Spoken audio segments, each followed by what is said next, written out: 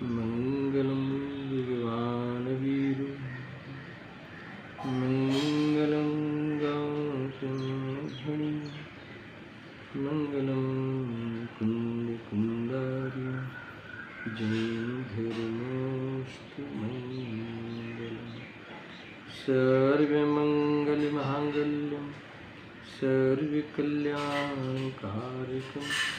प्रधानं सर्वधर्माणां जैनं जयितुं शासनं जैनं जयितुं शासनं नमस्मै साराय स्वानुभूत्या च कंसते चित्स्वभावाय भावाय सर्वे भावान्तरिक्षिणे आत्मरूपयरूपमयद्भूत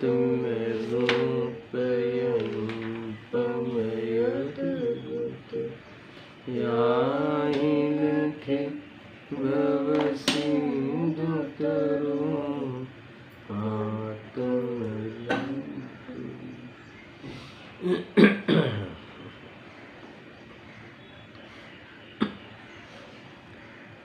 समय सार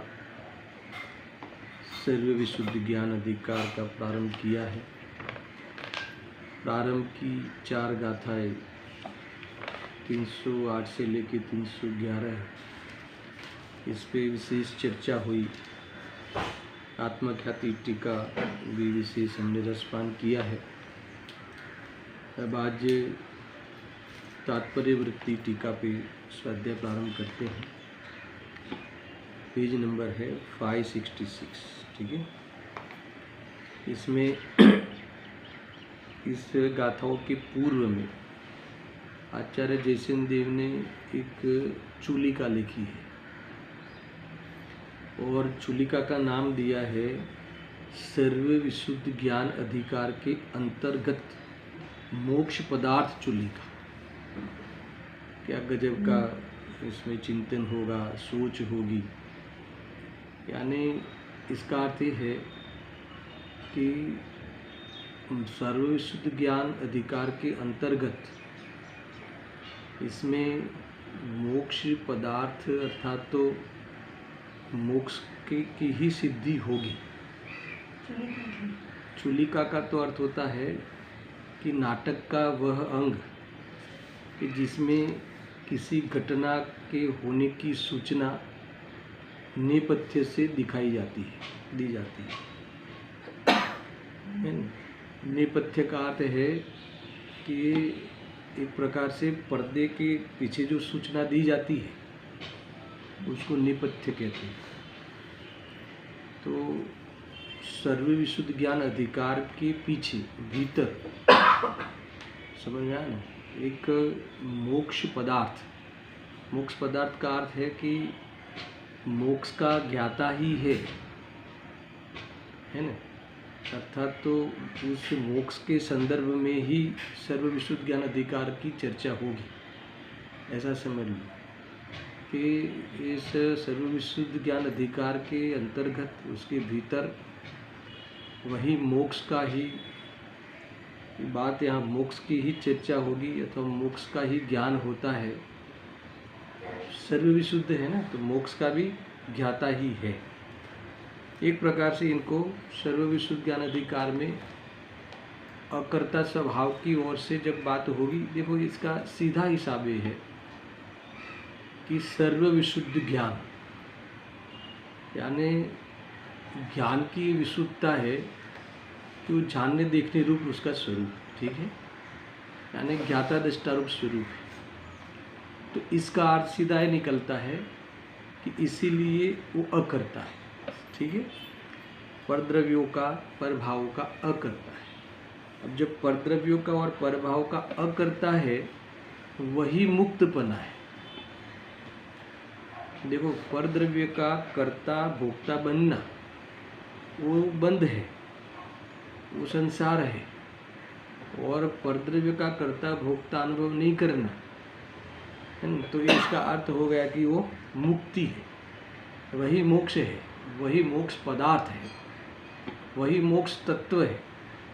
नव तत्व कहो, नव पदार्थ कहो, तो मोक्ष को भी पदार्थ कहा ना, मोक्ष को, तो वही मोक्ष पदार्थ है, वही वास्तव में। इसीलिए सर्व विशुद्ध ज्ञान अधिकार के अंतर्गत मोक्ष की ही बात है, ऐसा आचार्य जयसेन देव को लगा होगा। इस आचार्य कुंदकुन देव की गाथाओं से, टीकाओं से, आचार्य अमृतचंद्र देव की टीकाओं में, इसीलिए इन्होंने ये चुलिका के रूप में थोड़ा सा एक पैराग्राफ इन्होंने यहाँ लिखा है। देखो इसमें पहले समूह पीठिका, ठीक है। हाँ, ऐसा लिखा है कि सर्व विशुद्ध ज्ञान अधिकार के आधार से मोक्ष की ही सूचना दी जाती है ना। ये फिर से आपको मैंने यहाँ कोट भी किया है, आपका जो मोक्ष पदार्थ की चुलिका कार पूछ रहे थे ना, ठीक है। सर्व विशुद्ध ज्ञान अधिकार के आधार से मोक्ष की सूचना दी जाती है, क्योंकि ज्ञान स्वभाव यानी अकर्ता स्वभाव, अभी बात कही हुई है, अकर्ता स्वभाव यानी मुक्त आत्मा, मुक्त स्वभाव। तो ज्ञान का जब ज्ञान खड़ा होता है, जब ज्ञान का विशुद्धपना हमारे समझ में आता है, तो जीव कभी भी किसी पदार्थ में अपनेपन का अधिकार नहीं करेगा, क्योंकि ज्ञान का विशुद्धपने से पर से भिन्नता भाषित होती है, और पर की भिन्नता भाषित होती है तो उसमें अकर्ता की भी सिद्धि होती है। यही ज्ञान का मूल हमारे लिए लाभ है, यही ज्ञान की ओर से आत्मा का परिचय है, और ऐसा होने से वहाँ मुक्त हो गया जीव, मोक्ष को प्राप्त हो गया उस दूषणों से, उस अज्ञान से। इसीलिए सर्व विशुद्ध ज्ञान अधिकार के अंतर्गत उसमें आधार में मोक्ष पदार्थ की ही बात करनी है, मोक्ष पदार्थ की ही सूचना दी जाती है ना। इस मोक्ष सर्व विशुद्ध ज्ञान अधिकार के पीछे है ना, उसके भीतर मोक्ष पदार्थ की ही सूचना दी जाती है, ऐसी बात इसमें से निकलती है। इसमें पहले एक पीठिका लिखी, समूह पीठिका। देखो मैं पढ़ता हूँ, क्या अद्भुत शुरुआत की है आचार्य जयसेन देव ने। अब सर्व विशुद्ध ज्ञान प्रवेश करता है, वही वाली बात जैसे आचार्य अमृतचंद्र देव ने कही थी। अब इसमें शुरुआत कैसे करते हैं सुनना। जीव संसार पर्याय का, फिर से, जीव संसार पर्याय का आश्रय लेकर अशुद्ध उपादान रूप अशुद्ध निश्चय से यद्यपि कर्तृत्व, भोक्तृत्व, बंध मोक्ष आदि परिणाम सहित है, ठीक है, तथापि सर्व विशुद्ध पारिणामिक परम भाव के ग्राहक शुद्ध उपादान रूप शुद्ध द्रव्यार्थिक से कर्तृत्व, भोक्तृत्व, बंध मोक्ष आदि के कारणभूत परिणामों से रहित है। कितनी बातें कहीं, देखो क्या कहा, कुछ समझ में आया। पहले ही शुरुआत में, अभी तो सर्व विशुद्ध ज्ञान अधिकार की शुरुआत है, समझ लो कि अगर वो क्रिकेट की भाषा में बात करें ना, तो ये पहले ही बॉल से 6 लगा दी, ऐसा समझ लो। क्योंकि पहले ही शुरुआत में ही 2 प्रकार से आत्मा को बताया, एक परिणाम से रहित और एक परिणाम से सहित, है ना। दोनों बातें यानी कहकर आत्मा को किस दृष्टि से देखना, 2 प्रकार से आत्मा का वर्णन किया शुरुआत में। अभी मैं पढ़ता हूँ पुनः, उसका अर्थ करेंगे विशेष, कि पहले परिणाम से सहित बताया और परिणाम से रहित आत्मा का भी वर्णन किया। तो दोनों प्रकार से आत्मा का वर्णन किया। अब क्यों किया, क्या इसका उद्देश्य है, इसे सर्व विशुद्ध ज्ञान अधिकार से क्या लेना देना है, ये सारी बात इसमें हमें ख्याल में आनी चाहिए। अद्भुत है, इसका बहुत विचार करना चाहिए। ये महान होते हैं आचार्य, बहुत ही वास्तव में बुद्धि के धनी होते हैं, ऐसे ही नहीं लिख देते, है ना। ऐसा देखो क्या कहते हैं, जीव संसार पर्याय का आश्रय लेकर, जीव संसार पर्याय का आश्रय लेकर अशुद्ध उपादान रूप अशुद्ध निश्चय से यद्यपि कर्तृत्व, भोक्तृत्व, बंध मोक्ष आदि परिणाम सहित है। कितनी बातें कहीं, यहाँ नई का प्रयोग भी किया है। क्या प्रयोग किया सुनो, कि जो संसार पर्याय की दृष्टि से देखे, आश्रय लेकर का क्या, अगर संसार पर्याय की ओर से बात करे, संसार पर्याय की दृष्टि से विचार करे, तो क्या है कि अशुद्ध उपादान रूप अशुद्ध निश्चय से यद्यपि कर्तृत्व भोक्तृत्व बंध मोक्षादि परिणाम सहित है। कितनी बातें कही कि दुनिया में, संसार में जीव बंध मोक्ष, कर्तृत्व फिर भोक्तृत्व, पर के कर्तृत्व भोक्तृत्व रूप अशुद्धता, उस परिणाम से सहित बंध रूप, और फिर और भी लिखा कि मोक्ष रूप, ऐसे परिणाम सहित जीव संसार में दिखाई देता है। दिखता है बंध, और बंध का अभाव रूप मोक्ष। संसार को लेकर अगर बात करें तो संसार में बंध परिणाम से दिखता है, फिर बंध का अभाव रूप पर्यंत शादी ले लेता है, फिर मोक्ष चले जाता है। तो संसार में ये बातें समझ में आती है, मगर यहाँ एक नए का नाम लिया है, उसमें थोड़ी बात हमें सोचनी है। कौन सा नए लिया है? अशुद्ध उपादान रूप अशुद्ध निश्चय ने। ठीक है, तो देखो ये अशुद्ध उपादान क्यों कहा और अशुद्ध निश्चय ने क्यों कहा? क्योंकि जो रागादि परिणाम है, पर के कर्तृत्वादि परिणाम है, वो तो अशुद्धता ही है। और किसी के कारण पर, द्रव्य के कारण मैं उसको अपने को कर्ता मानता हूँ, ऐसा नहीं। अपने ही स्वभाव को भूलकर, अपने ही वेद ज्ञान के अभाव में मैं परद्रव्य का कर्ता भोक्ता मानता हुआ अशुद्ध निश्चय नहीं से वास्तव में मैं उस प्रकार से परिणाम रूप होता हूँ। वहाँ तक ठीक है, बंध के परिणाम भी तक ठीक है, पर मोक्षादि परिणाम भी लिया है ना, और अशुद्ध निश्चय नहीं लगाया है ना। तो ये देखो, ये दूसरे में फिर द्रव्यार्थिक नहीं लगाया, शुद्ध द्रव्यार्थिक नहीं। तो यहाँ अशुद्ध द्रव्यार्थिक नहीं की बात है। अशुद्ध निश्चय नहीं कहो कि अशुद्ध द्रव्यार्थिक नहीं कहो। अब अशुद्ध द्रव्यार्थिक नहीं के 10 भेद है, द्रव्यार्थिक नहीं के 10 भेद है, द्रव्यार्थिक नहीं। इसमें से एक अशुद्ध द्रव्यार्थिक नहीं, और अशुद्ध द्रव्यार्थिक नहीं का भी पूरा नाम क्या है कि भेद कल्पना सापेक्ष, सुनना, भेद कल्पना सापेक्ष अशुद्ध द्रव्यार्थिक नहीं। यानी अगर द्रव्य को भेद की ओर से देखा जाए, ये भी एक प्रकार से अशुद्धता है। किसी को हमने बंध रूप देखा, किसी को हमने मोक्ष रूप देखा, तो द्रव्य में भेद किया ना, तो भेद भी एक अशुद्धता है। भेद की ओर से वस्तु जुदी जुदी दिखाई देती है, तो इसीलिए वहाँ अशुद्ध द्रव्यार्थिक नहीं। द्रव्यार्थिक क्यों लिया? क्योंकि वो पर्यार्थिक नहीं में लेना था, क्योंकि अशुद्ध द्रव्यार्थिक इसीलिए लिया कि उस पर्याय से सहित द्रव्य की चर्चा है। देखो, एक प्रकार से परिणामी द्रव्य भी द्रव्यार्थिक नहीं का विषय कहा जाता है। आपको नई नई बातें नए चक्र में आप पढ़ लेना, है ना। देख, एक होता है प्रमाण का द्रव्य, पर्याय सहित, हमने तो यही पढ़ा है। तो सर्व पर्याय से सहित अगर लेवे तो क्या हो जाएगा? प्रमाण का द्रव्य हो जाएगा। मगर किसी पर्याय को लेकर उस पदार्थ को अगर मुख्य करते हैं, उस वस्तु को, उस द्रव्य को देखते हैं, मोक्ष पदार्थ देखते हैं वस्तु को, उस द्रव्य को, जीव को, तो वो हो जाएगा द्रव्यार्थिक नहीं का विषय, क्योंकि द्रव्य को विषय बनाया। और किसकी ओर से बनाया? पर्याय की ओर से बनाया। सापेक्षता, कौन सी पर्याय की सापेक्षता? चाहे बंध पर्याय की, चाहे मोक्ष की पर्याय से। तो इस प्रकार से, इसीलिए जब भेद कल्पना भी एक प्रकार से अशुद्धता है, क्योंकि भेद पाड़ दिया ना। देखो, जहाँ भेद आवे, फिर चाहे देखो अब गुण भेद वाली पर्याय है, अरे गुण भेद वाला स्वरूप है, तो गुण भेद भी पर्यार्थिक नहीं कह देते। अशुद्धता आ गई ना, भेद अशुद्धता है ना। क्यों अशुद्धता? कि भेद की ओर से देखोगे तो कहीं ना कहीं पक्षपात होगा, राग होगा, इसीलिए अशुद्धता का जनक होता है। देखो, हम भगवान को देखते हैं तो हमें पूजा करने का भाव आता है ना, और हमें कोई संसारी को देखते हैं तो राग द्वेष होते हैं, मतलब अशुभ राग भी आ जाता है, द्वेष भी हो जाता है, होता है ना। यानी पर्याय की ओर से भेद करे तो बंध और मोक्ष की ओर से भेद करने वाला ये नय है, तो उस नय से भेद करके उस वस्तु को बताता है। तुम्हें मुझे ये बताना है कि अगर संसार पर्याय को आश्रय लेकर देखते हैं तो ये यहाँ आचार्य देव कहते हैं कि अशुद्ध उपादान रूप अशुद्ध निश्चय नय से, है न, कर्तृत्व भोक्तृत्व बंध मोक्ष रूप ये परिणाम सहित जीव पाया जाता है। ठीक है, परिणाम सहित जीव होता है। आगे तथापि कह के सुनना, कितनी बड़ी बात कह दी।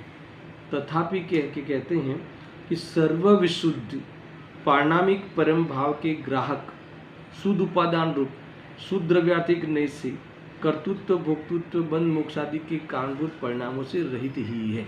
अभी तथापि कह के क्या कहना चाहते हैं कि तथापि कहकर यहाँ एक प्रकार से इनको ज्ञान स्वभाव को हाजिर करना है कि भले वो कैसा भी हो, बंद रूप हो फिर मोक्ष रूप हो, पर खरेखर आत्मा को देखे तो आत्मा कैसा है, सर्व विशुद्ध। अब सर्व विशुद्ध जो शब्द है ना वो ज्ञान के लिए, इसमें सर्व विशुद्धपना क्या है कि भले बंद रूप हुआ तथा भले मोक्ष रूप हुआ, तो आत्मा न बंद रूप है न मोक्ष रूप है। आत्मा किस रूप से है, जानन स्वरूप।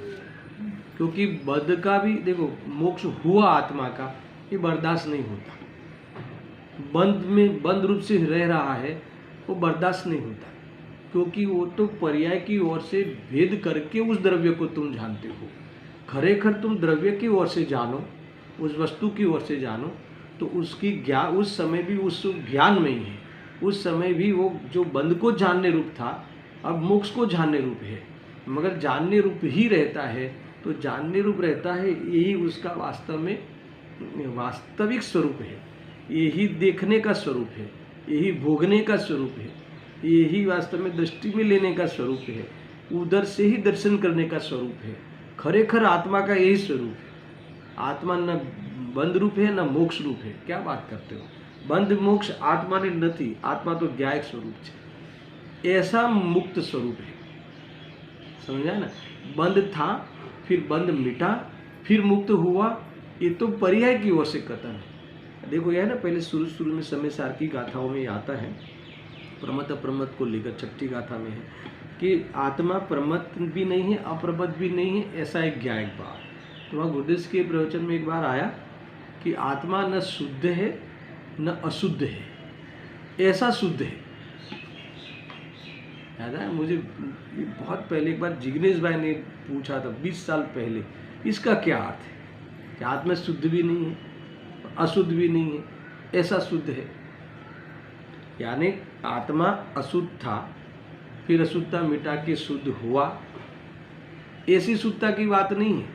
न आत्मा अशुद्ध था इसलिए उसको शुद्ध होना भी नहीं पड़े, ऐसा शुद्ध है। ये कौन सा आत्मा, तो ये शुद्ध आत्मा, ये भगवान आत्मा, ये त्रिकाली ध्रुव भगवान आत्मा, ये सर्व विशुद्ध, ये लिखा ना सर्व विशुद्ध पारणामिक भाव, परम भाव, परम पारणामिक भाव जो कहते नहीं, सदा शुद्ध है, कभी उस अशुद्धता से प्रभावित नहीं हुए, इसीलिए वो मोक्ष हुआ, इसीलिए शुद्ध हुआ, ऐसा नहीं। समझा ना। तो ये कहते हैं कि ऐसा ये इसका अर्थ है कि अब इनको क्या लाना था कि उन परिणामों से रहित है। वो परिणामों से रहित का कि उस परिणामों से उससे कोई मतलब ही नहीं है, तो फिर कैसा है, तो कि ज्ञान स्वरूप, जानने स्वरूप है। यानी इसको यहाँ जानने के स्वभाव को, ज्ञान स्वभाव को हाजिर करना है कि तुम ज्ञान स्वभाव की ओर से देखो ना कि भी आत्मा तो जब बंद था तो बंद को जानने रूप तो आत्मा ही था, समझ में आया, और मोक्ष हुआ तो मोक्ष को जानने रूप आत्मा है। मगर मोक्ष की पर्याय हुई इसलिए जाना, ऐसा भी नहीं, वो जानने वाला जाना इसलिए मोक्ष हुआ, ऐसा भी नहीं। इतना निरपेक्ष स्वरूप है, इतनी पर्यायों से निरपेक्ष बात होती है, कुछ भी कहीं भी तकलीफ नहीं। तो यहाँ कहते हैं कि इस प्रकार से यही मोक्ष पदार्थ को इस सर्व विशुद्ध ज्ञान अधिकार में हमें पाना है, देखना है। मोक्ष पदार्थ के अंतर्गत ज्ञायक भाव को ही हमें देखना है, ये कहना है मूल। मोक्ष सर्व विशुद्ध ज्ञान के अधिकार के अंतर्गत मोक्ष पदार्थ क्यों लिया है, तो क्या मोक्ष पदार्थ आया इसीलिए आत्मा शुद्ध हुआ, ऐसा है क्या? नहीं तो आत्मा तो बंधा हुआ ही नहीं था, है ना। पर्याय में बंधन था उसका भी ज्ञाता था, अब पर्याय में मुक्त हुआ उसका भी ज्ञाता है। ज्ञाता है वही सर्व विशुद्ध ज्ञान अधिकार का वास्तव में मूल विषय है, ये लेना है।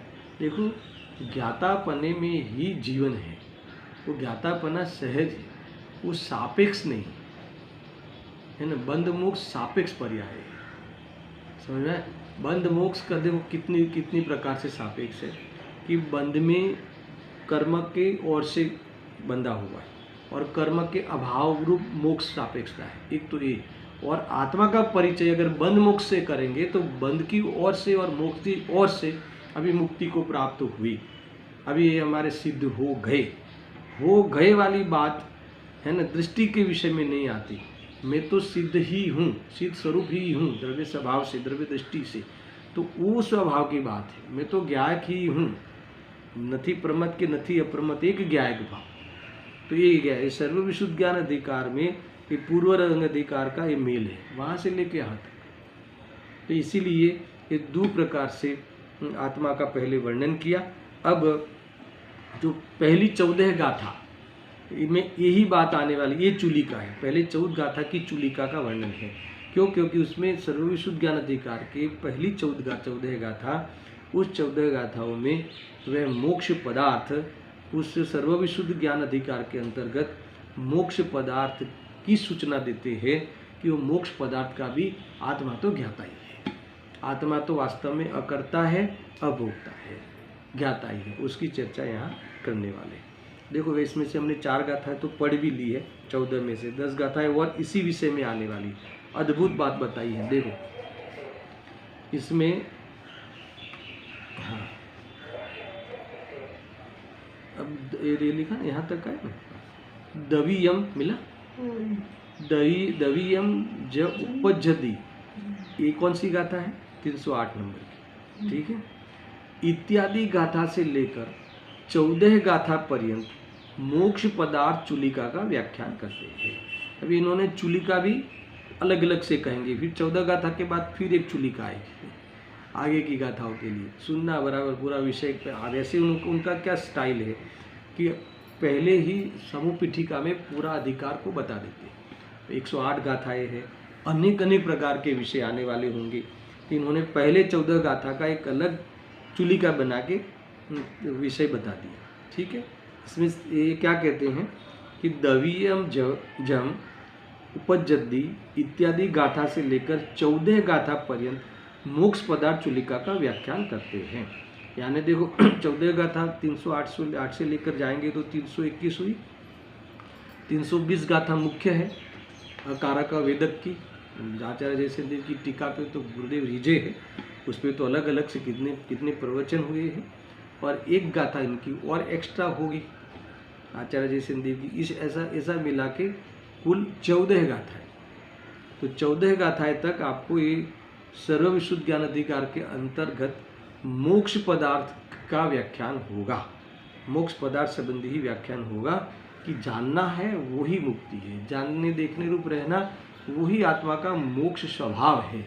और जानने देखने रूप रहे तो कर्म चले गए, भाग गए, तो उसमें तो कर्म का जाना कर्म में है, रागादि जाना वो आश्रव तत्व का जाना उस पर्याय में खेल है। मगर आत्मा तो जानता ही है। वो बात को लेकर देखो, किसी का कर्ता भोगता, अपनी पर्याय का भी कर्ता भोगता नहीं, क्रम नियमित परिणाम ले आए ना। इसीलिए देखो इत्यादि गाथा को लेकर 14 गाथा पर्यंत मोक्ष पदार्थ चूलिका का व्याख्यान करते हैं। वहाँ प्रारंभ में निश्चय से कर्म कर्तृत्व के अभाव की मुख्यता से 4 गाथा सूत्र है। समझ में कौन सी गाथा है जो हमने पढ़ी? निश्चय से कर्म कर्तृत्व, है ना, पर मेरा कर्म और मैं इसका कर्ता, इसका अभाव है। इसका अभाव की चर्चा खूब आई ना। क्रम नियमित परिणामों से उत्पन्न होता हुआ जीव जीवी है, अजीव नहीं है। अजीव भी अपने क्रम नियमित परिणामों से उत्पन्न होता हुआ अजीव ही है, जीव नहीं है। और फिर आगे, क्योंकि वह जैसे सुवर्ण जो कंकण आदि पर्याय के साथ तादात्म्य रूप से है, अभिन्न है, इस प्रकार से वह जीव भी अपनी पर्याय से तादात्म्य रूप से है।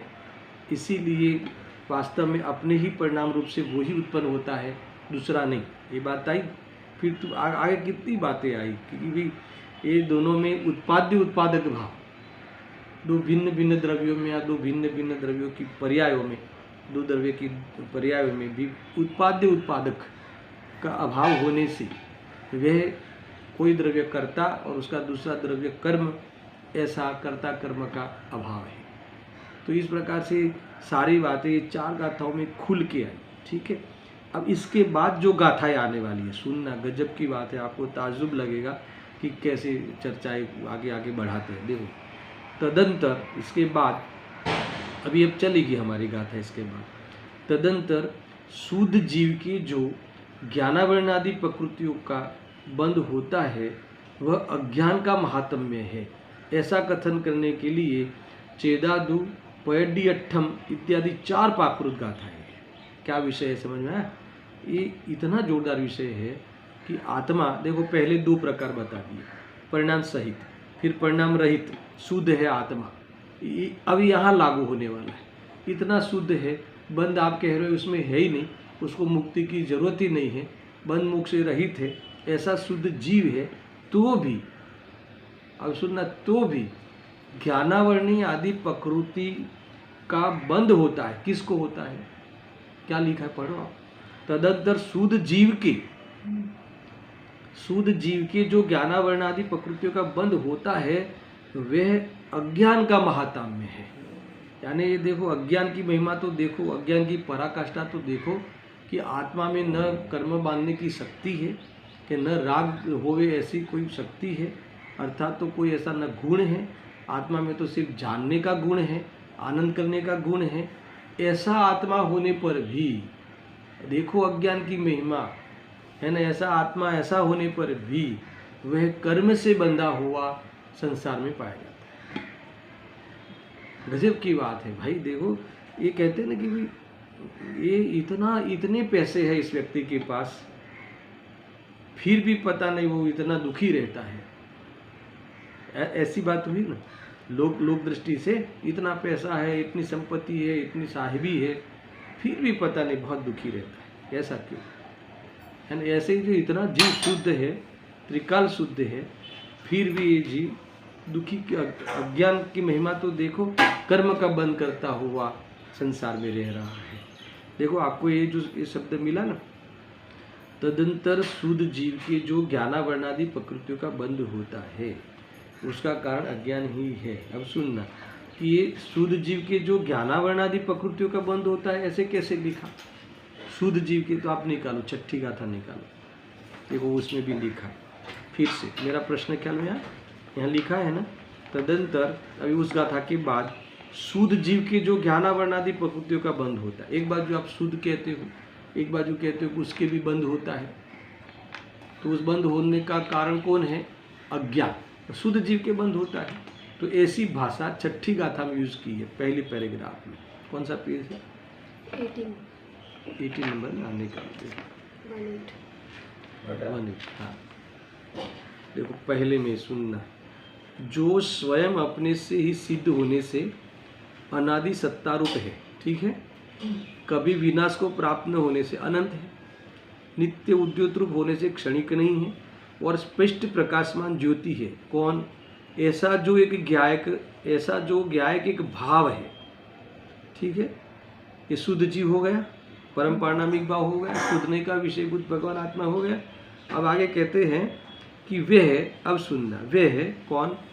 भगवान आत्मा संसार की अवस्था में अनादिबंध पर्याय की निरूपणा से अपेक्षा से क्षीर की भांति कर्म पुद्गलों के साथ एकरूप होने पर भी, अब होने पर भी कह के दूसरी बात कहनी है, मुझे तो यहाँ तक काम है जो इस गाथा के साथ मेल करना है, कि ऐसा शुद्धात्मा भी कि जो जिसको देखने मात्र से कर्म थर थर कांपने लगे, जिसको अनुभव करने से कर्म आना बंद हो जावे, और जिसका आश्रय में रहने से जूने कर्म खिर जावे, समझ में आया ना, और जिसमें कर्म बांधने का कोई कारण ही नहीं है, जिसमें राग द्वेष होने का कोई कारण ही नहीं है, ऐसा शुद्धात्मा होने पर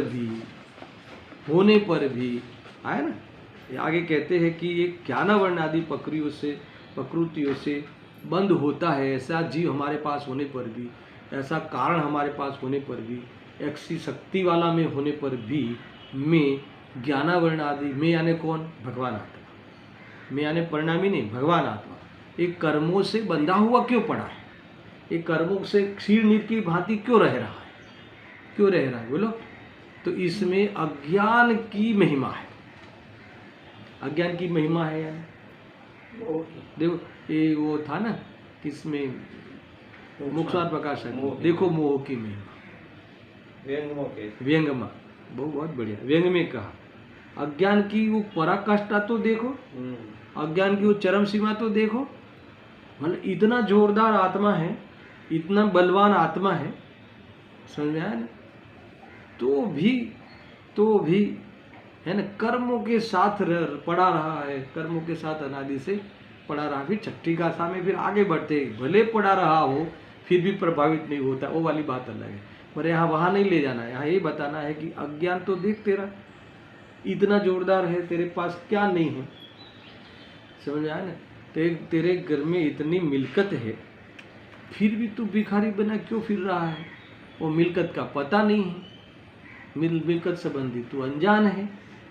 समझ में आया कि नहीं? अज्ञानी का ये है, अज्ञान की देखो, अज्ञानी की महिमा। आश्चर्य की बात है, समझ में आया ना। एक तो ये ऐसा भी ले सकते, कैसी आश्चर्य की बात है, कैसी अज्ञान की महिमा है, कैसा है अज्ञान कि इतना बड़ा अंदर में मेरे पास आधार है ना, निर्बंध अनुभव करने का, फिर भी ज्ञानावर्णी कर्मों को निरंतर बांधते जाता हूँ। कैसे? तो कि इस भगवान आत्मा का अपराध करके मैं इस कर्म को बांधते जाता हूँ, है ना, उसका अभिनय करके। देखो ये सामान्य बात नहीं है समझी। तुम्हें भगवान आत्मा को, अपने को छोड़कर, अपने चित स्वरूप को छोड़कर तुम्हें एक परमाणु मात्र, अरे तुम्हारी एक पर्याय मात्र की महिमा आ जाए, अर्थात उससे मिला के तुम अपना अनुभव करो, उतना ही अनुभव करो, उसको लेकर तुम अपना गौरव रखो। पर्याय को लेकर भी कितने अच्छे भाव आते हैं। अरे वितरागता की पर्याय को लेकर भी गौरव करने जैसा नहीं है, क्योंकि वितरागता की पर्याय क्षणिक है, उत्पन्न होती है, नई आती है, अनादि अनंत नहीं है। समझ में आया कि नहीं? तो वो तो भेद कर, उससे तो द्रव्य का भेद हो जाएगा कि मैं पहले संसारी था अब वितरागी हुआ। यहाँ तो कहते हैं कि तू न पहले संसारी था अब न वितरागी हुआ, तू तो तीनों काल वितरागी है, तो तू तीनों काल सिद्ध स्वरूप है ना। वितरागी होने वाली बात है ना बर्दाश्त नहीं होती शुद्ध नहीं को। मैं वितरागी हूं कि वितरागी होना है? बताओ। मैं वितरागी हूं, इसका राग रहित हूं, राग का मेरे में तीनों काल अभाव है। अरे मैं तो वितरागता का भी ज्ञाता हूं। वितरागी होने वाली पर्याय वो तो होगी पर्याय, मगर मैं तो ज्ञाता हूं।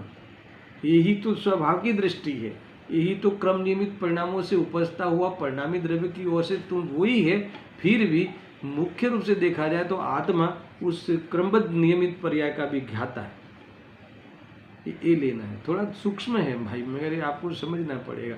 यानी देखो वितरागता की भी तुम्हें विकल्प की जरूरत नहीं। कुल मिला के विकल्प की व्यर्थता मूल आधार, मूल इसमें मर्म है ना। देखो मेरे विकल्प के अनुसार तो पढ़ने मन होता नहीं। किसका? स्व का कि पर का तो होता ही नहीं, है ना। मगर मेरे विकल्प के अनुसार मेरी पर्याय का अथवा मेरा भी पढ़ने मन नहीं होता। देखो मैं सोचता हूँ कुछ और होता है कुछ। जो सोचता हूँ ऐसा कभी नहीं होता, और जो नहीं सोचता हूँ ऐसा कभी होता है। कभी सोचता हूँ ऐसा हो भी जाता है। क्या कहा? यानी मैं जैसी इच्छा करता हूँ ऐसा कभी होता हुआ दिखाई देता है, कभी इच्छा के विरुद्ध होता हुआ दिखाई देता है, अथवा कभी इच्छा होती है ऐसा नहीं होता हुआ दिखाई देता है। समझ आया ना?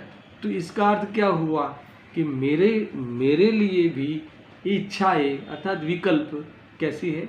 निरर्थक। तो इस प्रकार से विकल्प निरर्थक भाषित होना, उसका अर्थ है कि विकल्प की दृष्टि छूट जाना। विकल्प निरर्थक भाषित हुआ, इसका अर्थ कि स्वभाव में नहीं मिलाया, मेरी चीज नहीं है, मेरी आज्ञा में नहीं है, मेरा स्वरूप नहीं है। मेरा स्वरूप होता तो सहज उसके अनुसार कार्य होता।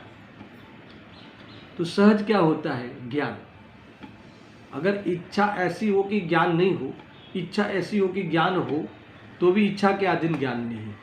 ज्ञान का अर्थ ही है जानना, ज्ञान का कार्य ही है जानना। किसको जानना?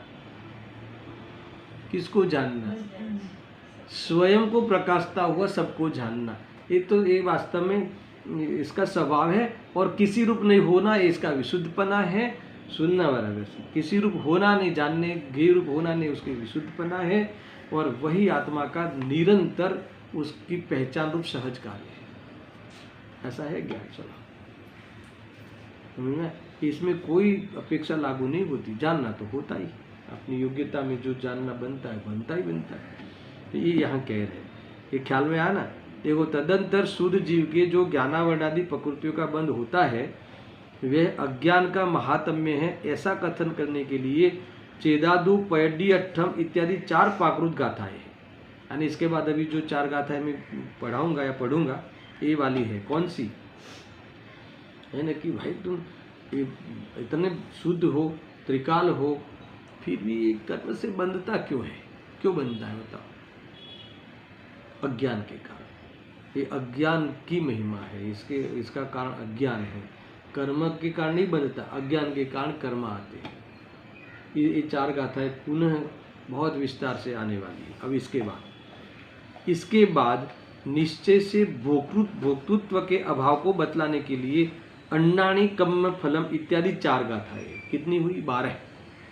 ये 14 गाथाएं का अलग ग्रुप बना के, चुलिका बना के आचार्य जयसिंह देव ने वर्णन किया, विषय वस्तु बता रहे हैं।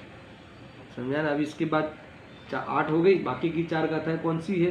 कि जब परमार्थ से देखे तो करता ही नहीं है रागादि का या पर का, समझ में आया, तो भोक्ता भी नहीं।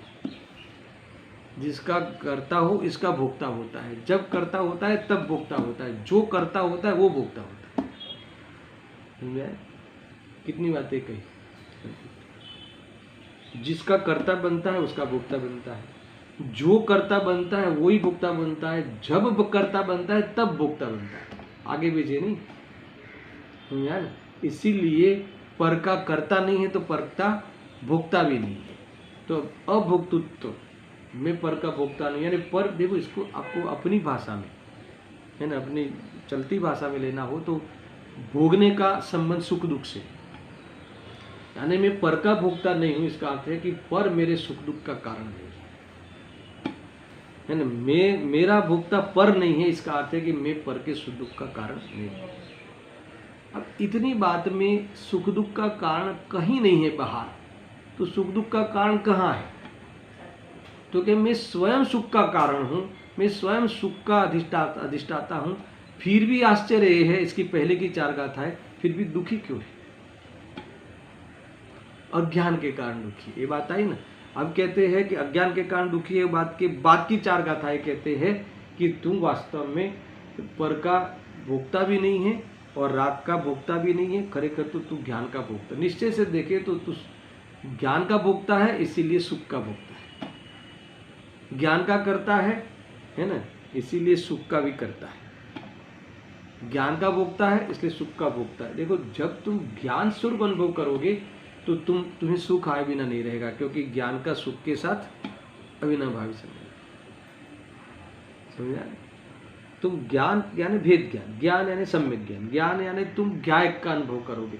मैं ज्ञायक हूं ऐसा अनुभव करके देखो, फिर तुम्हें दुखी होने का कारण दुनिया में बताओ मुझे।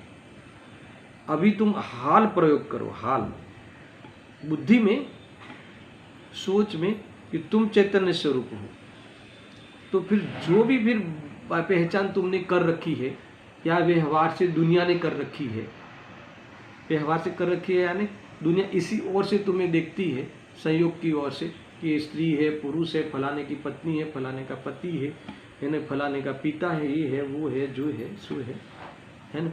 मगर तुमने तो चैतन्य स्वरूप अनुभव किया, प्रभु ने हमें चैतन्य स्वरूप बताया है। वही बात मुझे बहुत अच्छी लगती है, प्रभु ने हमको चैतन्य स्वरूप बताया है। ये पिता कहाँ से आया? समझ गए ना? गजब की बात है। प्रभु ने हमें चैतन्य स्वरूप बताया है, प्रभु ने हमें भगवान बताया है, तो फिर ये पुत्र कहाँ से आया? मैं पुत्र हूं, ये बात कहाँ से आई? ब्रह्म से आई। अब मुझे बताओ कि जब तुम्हें चैतन्य स्वरूप हूं ऐसा अनुभव करके तुम चैतन्य स्वरूप जीव हो ऐसा अनुभव करो, तो जब तुम किसी के पुत्र ही नहीं हो, तुम किसी के पिता ही नहीं हो, तो फिर पिता को लेकर चिंता है, पुत्र को लेकर है ना, श्रवण बनने की अपेक्षा राग, वो सब खत्म हो गया। ये ऐसा ही है। देखो, तुम्हें शायद संकेत ऐसा लगता होगा कि ऐसा होगा तो फिर ये तो दुनिया में तो सब मिल ही नहीं रहेगा। हम पिता की सेवा करते हैं, पिता हमें उस योग्य बनाते हैं। किस योग्य बनाते? है। तो ये ऐसा लगता है कि आज भी इतना सुनने के बाद भी हमें ऐसा लगता है कि ये सब माहौल फिर शून्य हो जाएगा। इसका अर्थ है कि तुम्हें सिद्ध बनना पसंद नहीं, इसका अर्थ है कि तुम्हें मोक्ष पसंद नहीं है, इसका अर्थ है कि तुम्हें संयोगों में रहना पसंद है, इसका अर्थ है कि तुम्हें शक्ति से जीना पसंद नहीं। समझ आया कि नहीं? हमारी शक्तियाँ है ये सब, एक अकेले स्वरूप में रहना और आनंद में रहना। देखो ये जीव को हर चीज में कंपनी चाहिए। अगर इसको ज्यादा पूछे ना तो ये भी कह दे कि नहीं मोक्ष तो जाऊंगा मगर सब साथ में जाए। समझ जाए? जा सकता है। घूमने जाते हैं तो सब साथ में जाते हैं कि नहीं? तो फिर मोक्ष में भी जाएंगे, फिर अकेले क्या करेंगे? मोक्ष में सब साथ में जाएंगे तो क्या करेंगे? प्रवचन करेंगे वहाँ, क्या करेंगे? ये जीव को किसी पदार्थ के बिना अपनी किसी भी प्रकार की अस्तित्व की या सुख दुख की कल्पना ही नहीं कर सकता। ये सबसे बड़ा अज्ञान। कहाँ से आई ये बात सब? ये नहीं, भोक्तृत्व के अभाव को बताने के लिए। तुम वास्तव में निश्चय से पर का भोक्तृत्व तुम कर ही नहीं सकते। भोगने का है, भोगने क्या है? सुख दुख की कल्पना तुम छोड़ दो, वो मुझे सुखी नहीं कर। देखो आज भी अभी भी हमें कोई सुखी करेगा, हमें ऐसा घर सुखी करेगा, ऐसा वर सुखी करेगा, ये धन सुखी करेगा, है ना? सुख नहीं तो क्यों करते हम उसका प्रयास मिलाने का, मिला हो तो टिकाने का, टिका है तो और उसे अपडेट करने का। तुम्हारी भाषा में समझ आया कि नहीं? क्यों प्रयास करते? तो और ये इतने सुखी हो जाते हैं, अतः सुखी होते हैं ऐसा आभास भी चलता है। हमें तो लगता है कि सुख मिलता है, लगता है ना? बढ़िया सा बाहर में है ना अनुकूलताएं मिल जाए, घूमने की, फिरने की, रहने की, खाने की, पीने की, इज्जत की, सब तो इतना अच्छा लगे कि फिर अब प्रभु कुछ नहीं चाहिए, आपने सब दे दिया है, भगवान ने दिया। प्रभु आपकी पूजा का फल हमारे आ गया, अभी हम तो सुखी हैं। तो ऐसे आभासों में जीता है जी। ये कहते हैं कि तू पर का तेरे में भोग है ही नहीं, भोग सकता ही नहीं, वो तुझे सुखी कर ही नहीं सकता। तो फिर ये सुख है वो क्या है? लगता है वो क्या है नहीं, लगता है वो क्या है? आभास है। गजब का आश्चर्य है कि दुख को भी सुख मानता है। अरे दुख के अवसर को सुख का अवसर मानता है। ये हमें घर के आश्रय में रहना पड़े, हम मकान के आश्रय में रहना पड़े, किसी के आश्रय में रहना पड़े, उसमें जीवन बिताना पड़े, आधीनता से जीना पड़े, इसको उसकी ही व्यवस्था में रहता है। कभी इस स्वाधीन जीवन का उपाय नहीं किया। कभी ये स्वाधीन जीवन यानी मुनि जीवन, स्वाधीन जीवन यानी दीक्षित जीवन, दीक्षा, मुनि दीक्षा, जिनेश्वरी दीक्षा, हम वहाँ तक सोच भी नहीं पहुँचती हमारी। नहीं सुन लिया शेड्यूल में 2 घंटा 4 घंटा बहुत होगा अभी तो, अभी बहु काम छे बीजू काले जो सुन, और कल भी ज़्यादा काम आ जाए तो आज के दिन नहीं जाते हैं, बस 2 दिन के बाद देखेंगे। तो कहा तुम जहाँ इसके बाद जहाँ गए हो वहाँ तुमने निहाल कर दिया हो जैसे कुछ, क्या कर लिया? सोने के अलावा जीव क्या करता है? राग द्वेष के अलावा जीव क्या करता है? प्रमाद के अलावा जीव और बाहर में क्या करता है? बाहर में रहना ही प्रमाद है, आया था ना? सुबह में रहना प्रमाद है, विस्कुंभ है, आया था। तो फिर अशुभ में रहना तो हलाहल जेर है।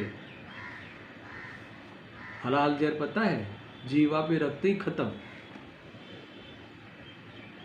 ऐसा भाई पीछे लौटना है, वापस आना है, हर जगह से हमें लौट कर हमारे पास आना है, नहीं तो ये जीवन यूं ही चला जाएगा। गजब है। देखो मैं कम से कम समेटता हूँ समूह पीठी का।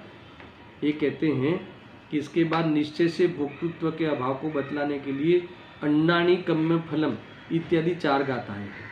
तदंतर मोक्ष चुलिका के उपसंहार रूप में नवी कुब्बदी इत्यादि 2 गाथा सूत्र कहते हैं इस प्रकार मोक्ष पदार्थ चुलिका में समूह रूप पातनिका है ना। इस प्रकार से ये 14 गाथाओं की एक पातनिका है, ये 14 गाथाओं का एक समूह है।